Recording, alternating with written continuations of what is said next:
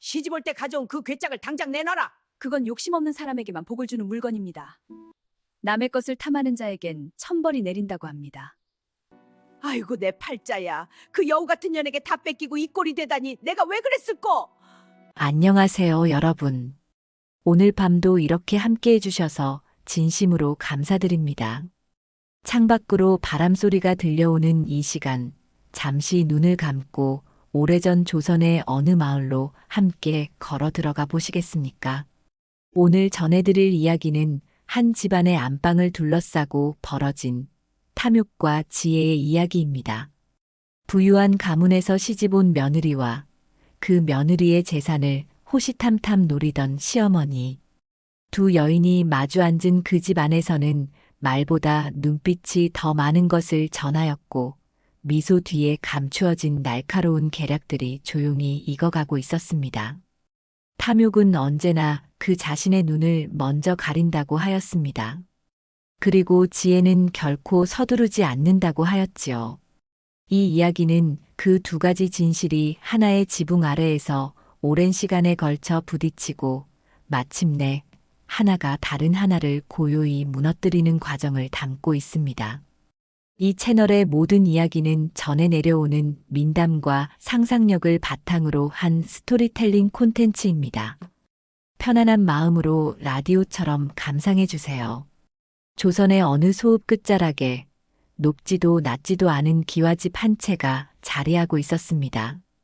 집 앞에는 오래된 감나무 한 그루가 서 있었고 그 나무는 봄이면 연초록 잎을 틔우고 가을이면 붉은 열매를 달아 마치 그 집의 흥망을 해마다 조용히 기록하는 것 같았습니다. 그 집의 안방 상석에는 늘 한 여인이 앉아 있었습니다. 바로 박씨 부인이었습니다. 박씨는 나이 60을 훌쩍 넘긴 여인이었으나 그 눈빛만큼은 조금도 흐려진 적이 없었습니다. 날카롭고 서늘한 눈매, 꽉 담은 입술, 그리고 무릎 위에 올려놓은 손가락에서 번쩍이던 금가락지. 박씨는 그 가락지를 손가락으로 천천히 돌리는 버릇이 있었는데 집안 식구들은 그 소리만 들려도 저도 모르게 목을 움츠리곤 하였습니다. 박씨는 오래전 남편을 여인 뒤로 집안의 크고 작은 모든 일을 홀로 결정하며 살아왔습니다. 아들 하나를 손수 키우며 살림 하나하나를 제 손으로 챙기며 이 집안을 지탱해 온 사람이 바로 자신이라는 자부심이 박씨의 등을 언제나 꼿꼿하게 세워두었습니다. 그러나 그 자부심이 어느 순간부터인가 탐욕과 뒤섞이기 시작하였고 박씨 자신은 그 두 가지를 구분하지 못하게 되었습니다. 그러던 어느 봄날 아들 성준이 혼례를 올렸습니다. 신부는 이웃 고을에서 이름난 상단의 외동딸 연하였습니다. 연하는 22살의 나이로 이 집 문을 처음 넘어섰는데 그 걸음걸이는 조용하였으나 눈빛에는 어딘가 단단한 것이 담겨 있었습니다. 시집 오는 날 연하가 가져온 혼수는 마을 사람들의 눈을 놀라게 할 만큼 풍성하였습니다. 곱게 짠 비단 꾸러미들, 정성스레 쌓인 노쇠 그릇들, 그리고 가장 안쪽에 자리한 오칠이 된 작은 나무 괴짝 하나. 박씨의 눈이 그 괴짝에 머무는 시간은 다른 혼수품보다 훨씬 길었습니다. 연하가 잠시 자리를 비운 사이 박씨는 그 괴짝 쪽으로 손을 뻗었으나 자물쇠가 굳게 잠겨 있었습니다. 그 작은 손짓 하나가 이후 이 집안에서 벌어질 모든 일의 씨앗이 되었습니다. 혼례가 끝나고 며칠이 지났습니다. 연하는 아침 일찍 일어나 부엌에 불을 지피고 마당을 쓸고 시어머니께 문안을 드리는 일을 빠짐없이 해냈습니다. 그 누구도 나무랄 데 없는 며느리였습니다. 그러나 박씨의 눈에 연하는 마음에 들지 않았습니다. 아니, 마음에 들지 않는다기보다 연하가 가져온 그 괴짝이 마음에 걸렸다는 표현이 더 정확할 것입니다. 며칠이 지나고 박씨는 연하를 조용히 불렀습니다. 그 괴짝 안에는 무엇이 들었느냐? 연하는 잠시 시어머니를 바라보다 조용히 대답하였습니다. 친정 어머니께서 주신 것입니다.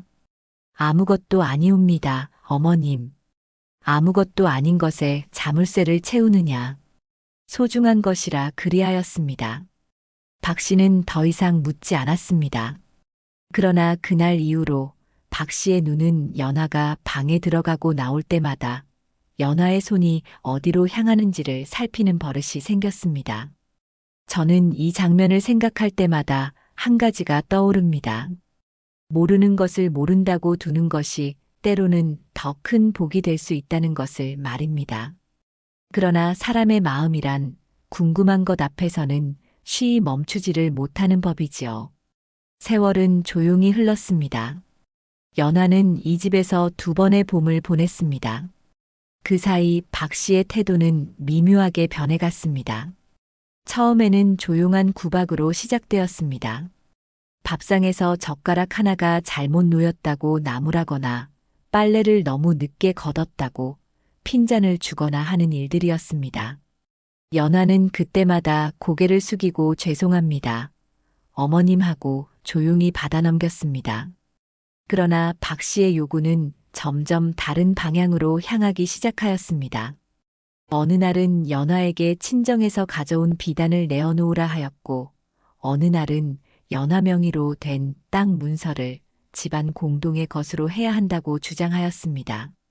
연화는 그때마다 온화하게, 그러나 분명하게 거절하였습니다. 그 온화함 속에 들어있는 단단함이 박 씨를 더욱 불편하게 만들었습니다.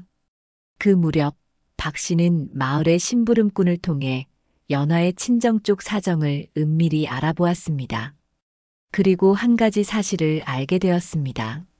연화의 친정에서 보낸 그 57 괴짝 안에는 연화 이름으로 된 땅 문서와 금은이 들어있을 뿐 아니라 그보다 훨씬 중요한 무언가가 함께 들어있다는 소문이었습니다.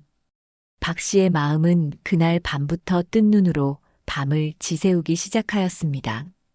천장을 바라보며 이리 뒤척이고 저리 뒤척이다 보면 그 괴짝이 눈앞에 아른거렸습니다. 자물쇠를 손가락으로 더듬으면 차가운 쇳소리가 귓속을 맴도는 것 같았습니다. 한편 연화는 박 씨의 움직임을 이미 눈치채고 있었습니다. 연화는 어리지 않았습니다. 친정 아버지 밑에서 장사를 배우고 사람의 눈빛과 손짓으로 마음을 읽어온 여인이었습니다. 박 씨가 심부름꾼을 보낸 그날, 연화는 집 앞몸종 오기를 불렀습니다. 오가, 너는 눈치가 빠르지. 이 집에서 내가 보이지 않는 곳에서 무슨 일이 일어나고 있는지 알고 싶구나. 오기는 눈을 동그랗게 뜨며 고개를 끄덕였습니다. 그 아이는 연화가 이 집에 오던 날부터 함께한 충직한 종이었습니다. 마님, 제가 보고 들은 것들이 있습니다. 오기의 이야기는 길었습니다. 박 씨가 어떤 사람을 시켜 무엇을 물었는지, 박 씨가 밤마다 어디를 서성이는지, 그리고 박 씨의 방에서 어떤 말들이 흘러나왔는지, 연화는 모든 이야기를 조용히 들었습니다. 그 얼굴에는 노여움도 두려움도 없었습니다. 다만 입가에 아주 희미한 무언가를 결심한 사람의 표정이 스쳐 지나갔습니다. 그날 밤 연화는 홀로 방에 앉아 친정에서 가져온 보자기를 풀었습니다. 안에서 나온 것은 고운 빛깔의 비단 한 필이었습니다. 연화는 그 비단을 천천히 펼치며 오래 바라보았습니다. 그 눈빛에는 어떤 단단한 각오 같은 것이 담겨 있었습니다. 다음 날 아침 연화는 마을 노파두어 명과 이야기를 나누었습니다. 그 이야기가 어떤 내용이었는지는 아무도 듣지 못하였습니다. 그러나 그 다음 날부터 마을에 조용한 소문 하나가 퍼지기 시작하였습니다.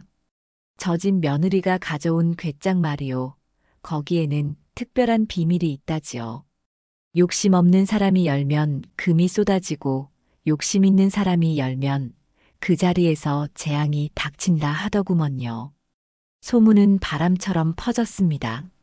마을 사람들은 반신반의하면서도 입을 모아 이야기하였고 그 이야기는 결국 박 씨의 귀에도 흘러들어갔습니다. 박 씨는 처음에는 그 소문을 코웃음치며 흘려들었습니다. 그러나 하루가 지나고 이틀이 지나도 그 말이 머릿속에서 떠나지 않았습니다. 재앙이 닥친다. 그 말이 마음에 걸렸습니다. 그러나 동시에 금이 쏟아진다는 말도 함께 걸렸습니다. 박 씨는 자신이 욕심 없는 사람이라고 생각하였습니다. 적어도 그 순간만큼은 그렇게 믿었습니다. 이 집안을 위해, 아들을 위해, 가문을 위해 애써온 자신이 욕심 많은 사람일 리가 없다고. 그러니 자신이 그 괴짝을 열면 당연히 금이 나올 것이라고. 이 장면이 참으로 안타깝습니다. 탐욕이라는 것은 언제나 자신을 욕심 없는 것으로 착각하게 만드는 힘이 있으니까요. 그것이 탐욕의 가장 무서운 속성이 아닐까 싶습니다. 며칠이 지난 어느 밤, 박 씨는 집안이 고요해지기를 기다렸습니다. 부엌에서 들려오던 그릇 소리도 잠잠해지고, 뒤채에서 개 짖는 소리도 멎고, 달빛마저 구름 속으로 잠든 듯한 깊은 밤이었습니다. 박 씨는 발소리를 죽이며 연화의 방 앞에 섰습니다. 방문은 잠겨있지 않았습니다. 연화는 그날따라 시어머니 방에서 한참 이야기를 나누다 뒤채 부엌으로 나가 있었고 방 안은 텅 비어 있었습니다. 박 씨는 숨을 참으며 방 안으로 들어섰습니다. 바닥에는 이불이 단정히 개어져 있고 그 곁에 그 오칠 괴짝이 놓여 있었습니다. 박 씨는 손을 뻗었습니다. 자물쇠를 손가락으로 더듬었습니다. 그런데 이상하였습니다. 잠겨 있어야 할 자물쇠가 걸려 있지 않았습니다. 열쇠 구멍에 손을 대었더니 괴짝은 소리 없이 열렸습니다. 박 씨의 손이 떨렸습니다. 가슴이 벌렁거렸습니다. 안에는 금이 가득할 것이었습니다. 박 씨는 눈을 부릅뜨고 괴짝 안을 들여다보았습니다. 금은 없었습니다. 비단도 없었습니다. 다만 두툼하게 봉인된 서찰 하나가 단정하게 놓여 있을 뿐이었습니다. 박 씨의 손이 떨리며 그 서찰을 집어들었습니다. 봉인을 뜯었습니다. 글자들이 눈앞에 펼쳐졌습니다. 서찰의 내용은 박 씨가 상상하지 못한 것이었습니다. 거기에는 이 집안의 논밭과 재산의 관리 권한을 연화에게 위임한다는 내용이 담겨 있었고 집안의 어른 여럿이 직접 수결을 찍어 날인한 도장이 선명하게 찍혀 있었습니다. 그것은 단순한 재산 문서가 아니었습니다. 박 씨가 수십 년간 지켜온 집안에서의 권한을 공식적으로 며느리에게 넘기는 문서였습니다. 박 씨의 머릿속에서 처음에는 분노가 솟구쳤습니다. 손이 벌벌 떨렸습니다. 이것을 태워버려야겠다는 생각이 번쩍 들었습니다. 방 한쪽 촛불로 다가가 서찰 끝을 불꽃에 가까이 가져갔습니다. 그 순간이었습니다. 방문이 조용히 열렸습니다. 아들 성준이었습니다. 그리고 그 뒤에는 연하가 있었습니다. 그리고 두 사람 뒤에는 집안의 어른, 이웃 마을에서 소식을 듣고 찾아온 문중의 어른 두 분이 서 있었습니다. 그들의 눈은 모두 박 씨의 손에, 그리고 그 손에 들린 서찰에 머물렀습니다. 박 씨는 그 자리에서 돌처럼 굳어버렸습니다. 성주는 아무 말도 하지 않았습니다. 연하도 아무 말도 하지 않았습니다. 다만 촛불이 조용히 타오를 뿐이었고 그 작은 불꽃이 방 안의 모든 얼굴을 붉게 물들이고 있었습니다. 그날 밤은 길었습니다. 박 씨가 부모로서, 어른으로서, 이 집안의 안주인으로서 쌓아온 모든 것들이 그 방 안에서 조용히 허물어져 내렸습니다. 탐욕이 들통난 순간이 어떤 것인지 그 밤 박 씨의 얼굴에 담긴 것들이 그것을 말해주었습니다.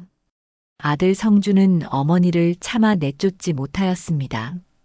그것이 아들의 마음이었고 연하도 그것을 알았습니다. 연하는 문중의 어른들에게 조용히 청하였습니다. 어머님을 내보내는 것은 제 뜻이 아닙니다. 다만 이 집안에서 어머님이 평안히 지내실 수 있도록 뒷방을 따로 마련해 드리는 것이 어떻겠습니까? 그것은 선처였습니다. 그러나 동시에 박 씨가 2번 다시 이 집안의 안방 상석에 앉을 수 없음을 의미하는 선처이기도 하였습니다. 그 후로 박 씨는 뒷방으로 거처를 옮겼습니다. 화려하던 안방 대신 뜰 한쪽에 자리한 작은 방이었습니다. 예전에 입던 색 고운 비단 저고리 대신 수수한 무명 저고리를 걸치게 되었습니다. 밥상은 여전히 들어왔으나 그 상을 들고 오는 사람이 달라졌습니다. 이제는 종들이 조심스럽게 갖다 놓고 물러가는 것이 전부였습니다. 가장 힘든 것은 다른 데 있었습니다. 이른 아침 안채 쪽에서 연화의 조용한 지시 소리가 들려올 때마다 예전에 자신이 그 자리에 앉아 같은 목소리로 같은 말을 하던 기억이 떠올랐습니다.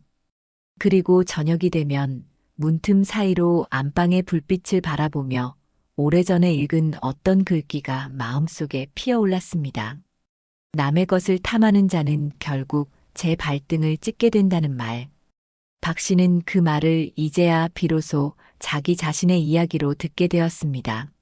한편 연화는 달라졌습니다.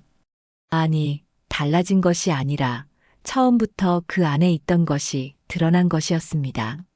안방에 앉은 연화는 이 집안의 살림을 천천히, 조용히, 그러나 분명하게 바로잡아 나갔습니다. 빚이 있던 곳을 갚고 관계가 틀어졌던 이웃과 다시 교류를 이어가고 집안의 종들에게는 알맞은 대우를 하였습니다. 마을 사람들은 그 집이 달라졌다는 것을 느꼈습니다. 어딘가 묵직하고 따뜻한 기운이 그 집 안에서 흘러나오는 것 같았습니다. 성주는 어머니를 찾아갔습니다. 뒷방 앞에 서서 조용히 불렀습니다. 어머니.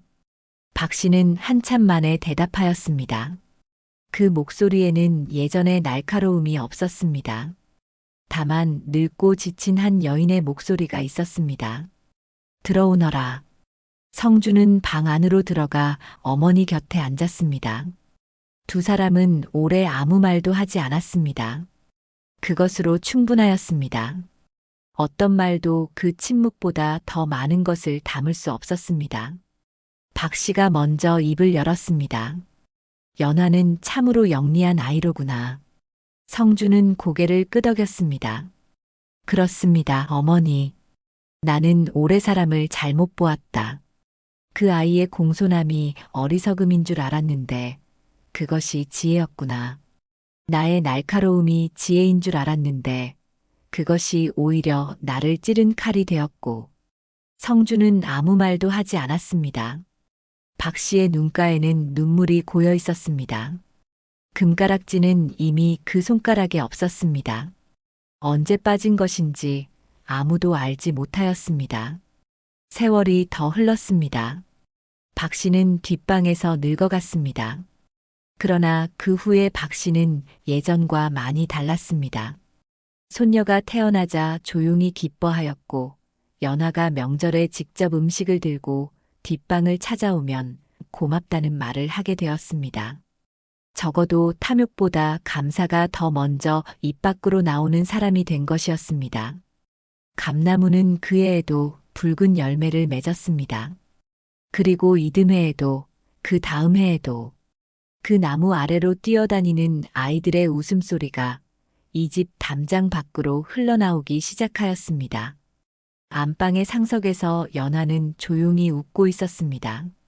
서두르지 않았고 흔들리지 않았고 미워하지 않았던 그 오랜 기다림이 마침내 이 집 안에 평화를 가져다 준 것이었습니다. 그리고 문틈 사이로 뒷방의 박 씨가 그 모습을 바라보고 있었습니다. 눈가에는 또 눈물이 맺혔습니다.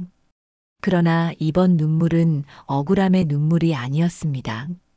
오래 걸렸으나 마침내 무언가를 이해하게 된 사람의 눈물이었습니다. 이 이야기는 오래전부터 전해 내려오던 이야기 중 하나를 바탕으로 재구성한 것입니다. 오늘도 들어주셔서 감사합니다. 오늘 밤 이 이야기를 들으시면서 혹시 마음속에 떠오르는 얼굴이 있으셨는지요? 우리 삶에도 연화 같은 사람이 혹은 박 씨 같은 순간이 있지는 않은지 조용히 돌아보게 되는 밤입니다. 이 이야기가 오늘 밤 마음에 남으셨다면 재밌는 이야기를 계속 전해드릴 수 있도록 구독과 좋아요로 조용히 응원해